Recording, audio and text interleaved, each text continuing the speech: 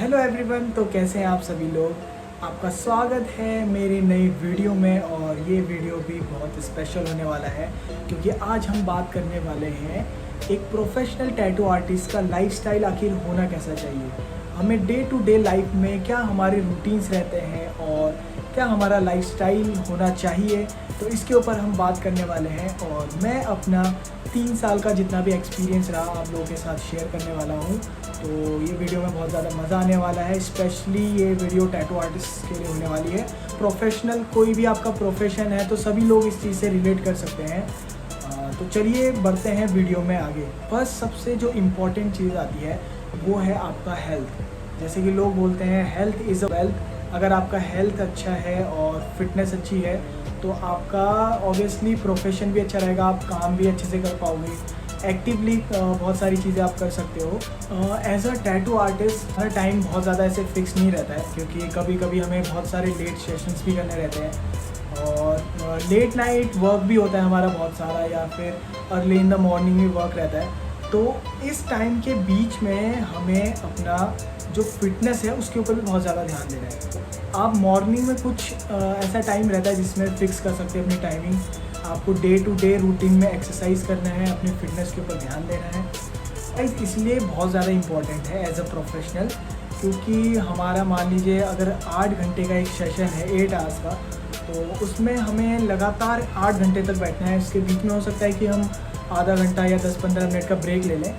पर अब अगर आप डेली डे टू डे 8 घंटे 2 घंटे 3 घंटे का सेशन डेली कर रहे हैं और आपको एक ही चेयर में बैठना है, ज़्यादा वॉक वाला आपका काम नहीं है, तो एज अ प्रोफेशनल एक्सरसाइज बहुत ज़्यादा इंपॉर्टेंट हो जाता है। लाइफस्टाइल में वो सारी चीज़ें डालिए। आपको डे टू डे एक्सरसाइज करनी है, डेली स्ट्रेचिंग वगैरह, अपना पोस्चर का ध्यान रखना है टैटू करते वक्त। तो डिजिटल भी हमारा बहुत ज़्यादा वो रहता है, इसलिए हमको अपने आँखों का भी बहुत ज़्यादा ध्यान रखना चाहिए। कुछ आइज़ की एक्सरसाइज भी है और घंटे का सेशन है टैटू सेशन, तो आपको बीच बीच में 30 मिनट्स और या फिर 1 घंटे बाद उठ के थोड़ा सा ब्रेक लेना चाहिए, है ना।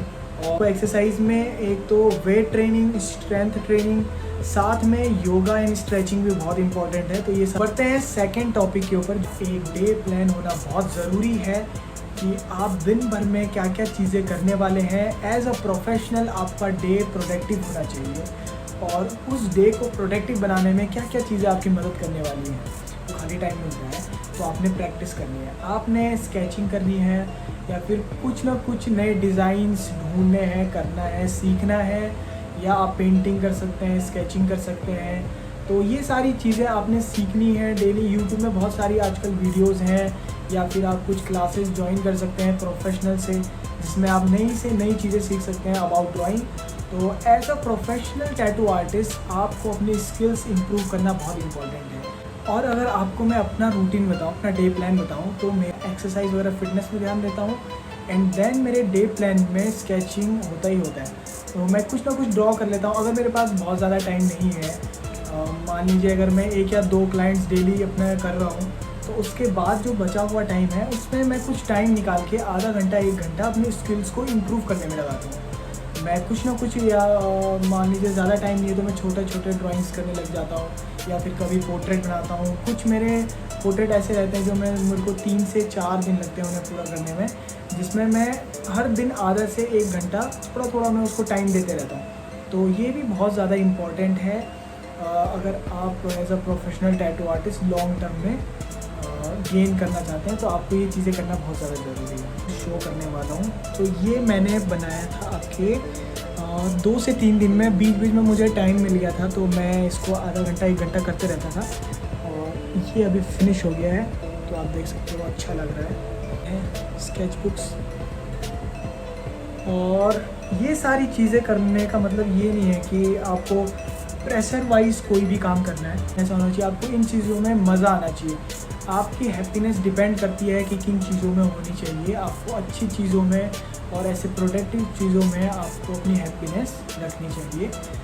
ज़्यादा आपको दिन भर बहुत ज़्यादा फ़ोन नहीं चलाना है। आप 1-2 बार इंस्टाग्राम वगैरह चेक कर सकते हैं, उसमें देख सकते हैं कि क्या ट्रेंड में चल रहा है, या हम कुछ क्रिएटिव कर सकें अपने रील में। बाकी बहुत ज़्यादा हमें एक्टिव नहीं होना चाहिए डिजिटली।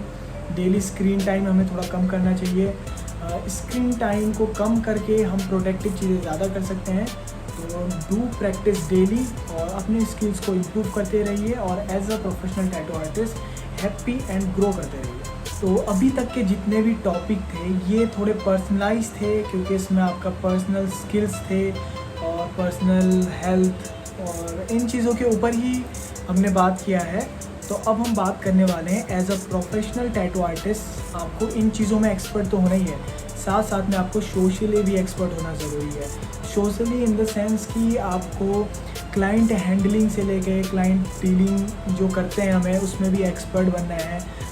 क्लाइंट्स के साथ अच्छे कनेक्शंस भी बनाना बहुत ज़रूरी है, क्योंकि अगर आप सिर्फ एक स्किल्स में मास्टर्स कर रखी है लेकिन आपका सोशल स्किल थोड़ा सा कम है, ज़्यादा डेवलप नहीं हुआ है, तो आपको इस पे भी काम करना बहुत ज़्यादा ज़रूरी है। आपको डे टू डे अपने कॉन्फिडेंस को डेली बिल्ड करना चाहिए। अपने कॉन्फिडेंस को बिल्ड करने के लिए बहुत ज़्यादा ज़रूरी है कि आप अच्छे कपड़े पहनिए, अच्छा दिखने की कोशिश कीजिए। एवरी डे आपको बेटर एंड बेटर होना है, जिससे आपका कॉन्फिडेंस भी मेंटेन रहे।